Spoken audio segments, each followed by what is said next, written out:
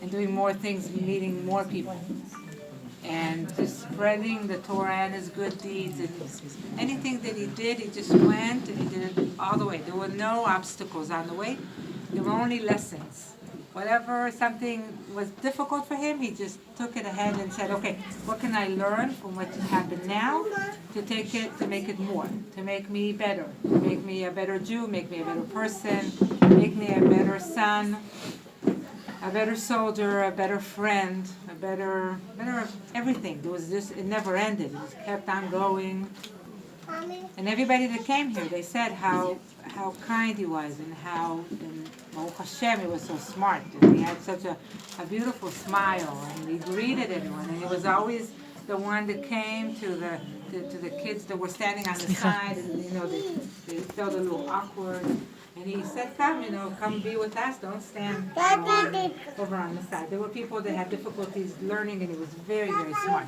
He would sit with them, and there was a friend that came here, and he said he only wanted, he had a small question and something that had to do with math. It's 11:30 at night, and he told them, I'm fine. He said, Erez, my son, said, I'm looking you in the eye. I get the feeling that you don't 100% understand the answer to what we're working on. He said, no, it's fine. He said, no, I'm going to stay here as long as it takes. And he said, it was 1 o'clock in the morning. And I'm thinking, oh my goodness. It's fine. I understand. He said, as long as it takes. And he sat for these small few questions, and he said, okay, now I feel that you understand, and you're not just writing down the numbers. Okay, and now I can go to sleep.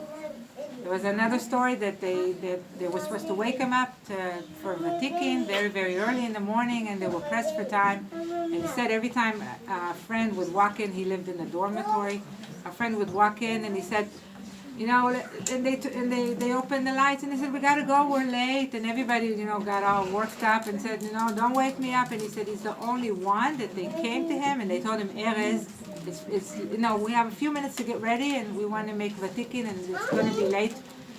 And he opened up his eyes, and he said he smiled, and he said, thank you for waking me.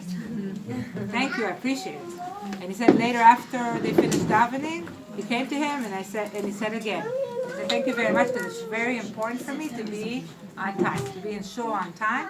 I appreciate the fact that even if you were pressed for time, you came and you woke me up. Thank you. It was very important for him. He had an ayin tova. He looked at everyone. It doesn't matter who or what or who they were. Everybody was good. He just saw the goodness in people. He served in the Air Force. And he came to the synagogue on the first day, and he asked the questions to make sure when is davening, what's going on. And he said the people around him, one had like a handkerchief on his head, and the other one put the set of keys, and they didn't know, they wanted to daven with him, but they didn't have kippot. So he came one Shabbat home, and he asked me if we have any kippot, that nobody's using. I said, yeah, we always do, because they use them when the threads would fray. They kept onto their one kippah. And he said, sure, I have a few. He took them, and he went down the street. He got a nice cardboard box. He put a nice piece of material inside. He put the kippot on one side. He got some sidurim as a donation on the other side. And he brought it back to shul. And he said, I just put it on the side, like next to the front door, over on the right-hand side, and they got the hint. They just came and they picked it up, and he said, and davening was totally different, because you give them a sense of belonging. Somebody really, because a lot of people, they walk into shul, they don't know exactly where, they look at other people's siddur, they want to know where we are in the davening, and he said this was just something that made them feel very comfortable. And Baruch Hashem, I was very, very blessed. And the stories, they go on and on and on and on. Very special self. Very special, very special. He was short in size, and I told him the good things, they come in small packages. And I told him, you're short in size, but your neshama is huge. It's huge, and it just kept on going. And he was never actually tired. He never got tired, because he was always working on something else. There was always something going on. And I feel that these days are a transition from the life that he lived, 20 years, taking us. I told him in his funeral, I said I feel like he raised me. He gave me a lot. He made me more than I ever could have been. And the days that will come after the Shiva ends, they're just going to take everything that he taught us just and make it happen. Live the life like it should be. You know, it's a zchut. I don't know if happy is the right word, but I feel blessed. I think that's what it is. Yeah. And people come. I spoke on the radio. I spoke in Hebrew on the Israeli radio, and I spoke on the Arutz Sheva. Apparently has a site in English, and he told me that he'll spread it around the Jewish world all over, so people can know who he was. I told him I would like to speak, no politics. He said that's fine, and I said this is something. I don't know if Erez would have wanted, because that's Erez, and this is me, and we're different people, but this is what I would have wanted for him.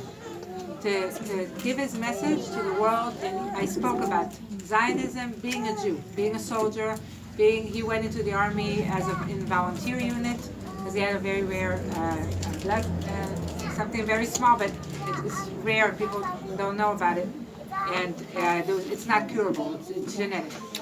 And so, and the army said, we're not familiar, so it's best that you don't come. And he said, no, I'm coming, and I'm going to do it big time. He was on his officer's course, and they gave him his darga once he was killed. Yeah, but it really keeps me going. I see it as a blessing, the life that he had, absolutely. And you should know it's a wonderful occasion in your family. It's beautiful. Wow, thank you. Thank you. Bezrat Hashem. You should enjoy your stay in your home and your family. It's beautiful. Thank you. I appreciate this a lot. Thank you. Thank you all very much. Thank you. Thank you for sharing. You should also have only some. Bezrat Hashem. We will. We will.